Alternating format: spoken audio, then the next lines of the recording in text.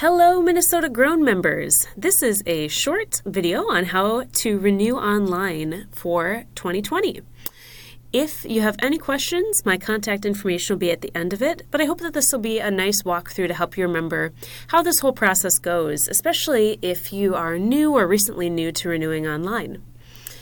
First things first, just to go over some deadlines. The 2019 Minnesota Grown logo license, and if you have it, directory listings will expire on December 31st of this year.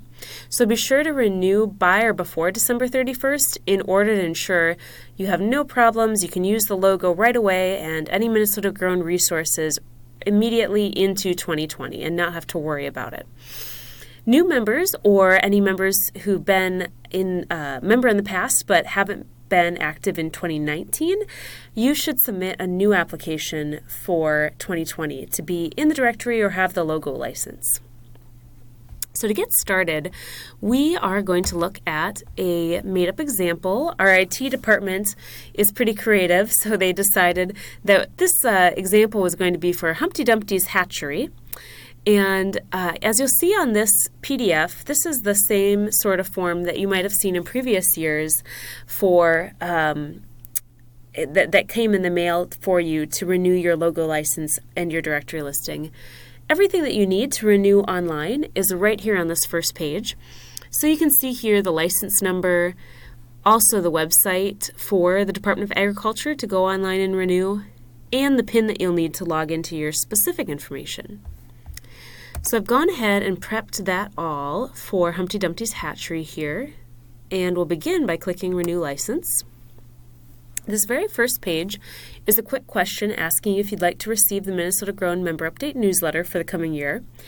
And Humpty Dumpty has yes selected. This is the once a month newsletter that will come from me to your inbox and highlight different resources through the Minnesota Grown program that you can use, but also upcoming events and resources across the Department of Agriculture, or even organizations like the University of Minnesota if they have upcoming events and resources that are relevant to members. So Humpty Dumpty's going to click Next on that, and then he comes to a page that's all about Minnesota Grown directory listings. So Humpty Dumpty is just doing direct-to-consumer sales to customers off of his farm, out of a store, a little farm store that he's got, and he's also going to the farmer's market a bit each week. But at this time, he's not selling to restaurants or grocery stores, the types of businesses that would be wholesale sales. If, however, you sell to wholesale stores, wholesale outlets yourself, you can now have the opportunity to add that wholesale listing information right here in the renewal process. And that's a new feature for this year that we're really happy to be able to have all integrated. Plus, if you've had a wholesale directory listing in the past, you'll see a table here, and we'll see that table shortly once Humpty Dumpty adds a listing, that lets you click an edit button next to that wholesale listing or direct-to-consumer listing that you've had in the past. So for people who have had listings, you'll see that here pre-populated in a table with an edit button that will let you adjust the text that you had last year. But Humpty Dumpty needs to add new info, so Humpty Dumpty's Hatchery, and we're just going, for the sake of time, to call the city Test City in Anoka County. And you can see that there's plenty of other information you can add here for potential customers, depending on how you'd like them to connect with you. So you can add a telephone number, a website, email, and if you have dates and hours of operation that are relevant, then you can add those here as well. The next thing is your farm market description, and you are limited to 460 characters. So one thing I'd like to point out is that it'd be really good to write up your description in a Word document, and that'll allow you to check how many characters you're getting the description to add up to. Keep in mind that characters include spaces and periods, And this will be a chance to make a short sales pitch where you can really hone why is it that customers should care about your farm or your market in particular, what makes you unique. And also don't forget to let customers know the best way that they can take that next step and buy from you. So if you want customers to call you, say, call for more information. Or if you want customers to purchase from your online website, then you can say, visit website to purchase. There's lots of different ways that you can tell customers to take that next step depending on what your business is. But don't forget to do that because that's a critical piece. Then right below your farm market description, we'll just put test in here for Humpty Dumpty.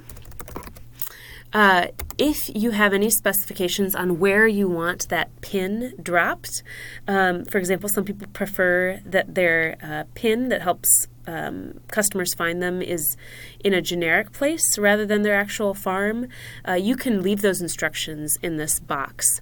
Or if your farm has kind of unique mapping instructions and you want to clarify where to drop that pin, you can also clarify that in this box too. Lastly, another new feature we want to note for this year is that we have now made it so you can have unlimited product types for your online listing. So if you do all kinds of different vegetables, you can now select all those different vegetables for your online listing. And then you'll still need to select a top 5 for the printed catalog simply because we don't have unlimited space in a printed version.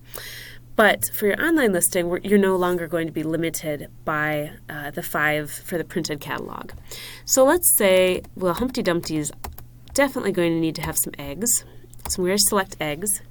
And if I want to select other things throughout this list, I hold down the Control key and then I click the things that I want. And I can use the arrow to move those over.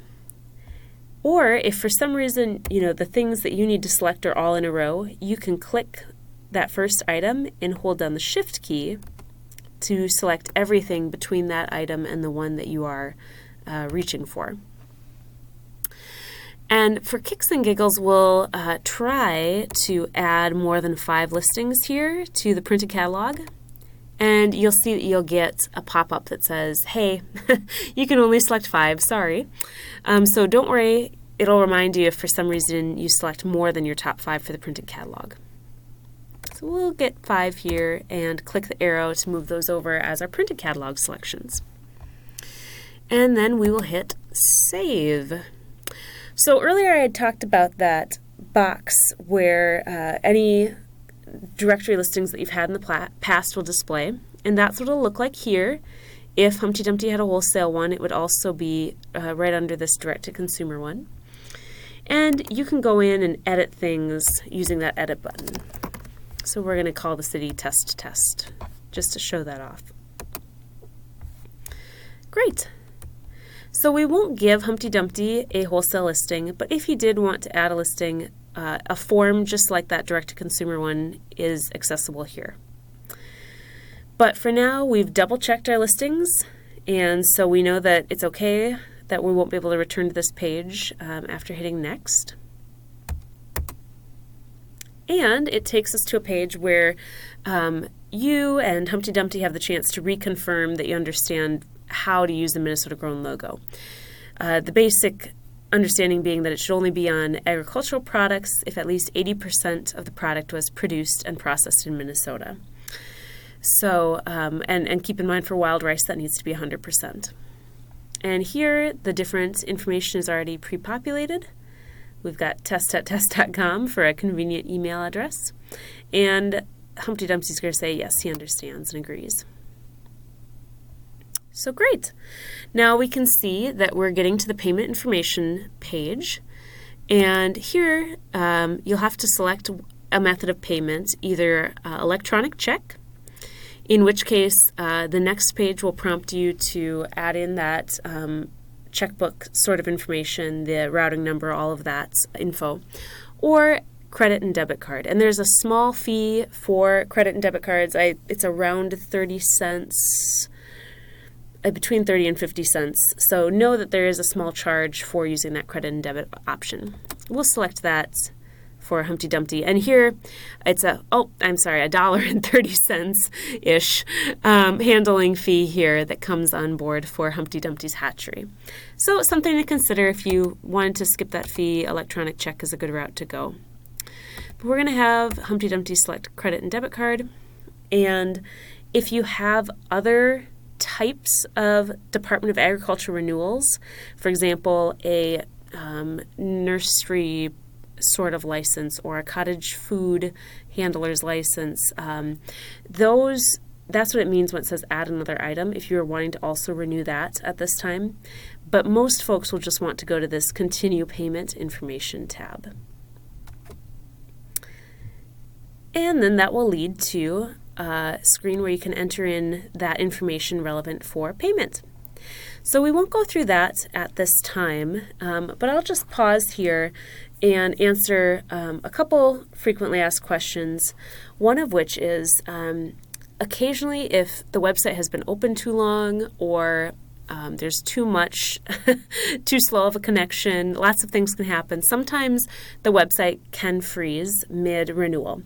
In order to avoid having any stress, just make sure that you have any directory information that you're listing saved in a Word document, so it's easy to just copy and paste after restarting the renewal process. And to restart the renewal process afresh, the key thing to keep in mind is use this X in the upper right-hand corner of your internet browser to completely close out the internet and reopen it again. That's how you want to make sure that you're starting completely afresh and the website knows, oh, okay, they haven't finished renewing yet. We need to walk them through this system again. Sometimes in the past, our website has had a message that said you've already paid, but you knew that you hadn't gotten to this make a payment page yet. Again, what you'll want to do is use that X in the upper right-hand corner to completely close out, and then your internet browser should recognize, and the website should recognize, that you hadn't finished that renewal process yet when you try to re-enter your license number and your PIN. So those are the two main things, and the key thing to try first is, of course, closing down. But if you're still having troubles, send me a message, and we'll work through it with the IT folks if necessary. But in the meantime, I want to be sure to pull up that contact information so that you have it available. My contact information for any of your renewal-related questions is right here under Karen Lanthier. But if you do have questions about the website and social media, those are perfect for my colleague who co-runs the program with me, Danielle Dugard. So I wanted to show both of our contact information here so that you'd have it handy. If you have any questions, please feel free to reach out, and we'll look forward to seeing you and having you as part of the program in 2020.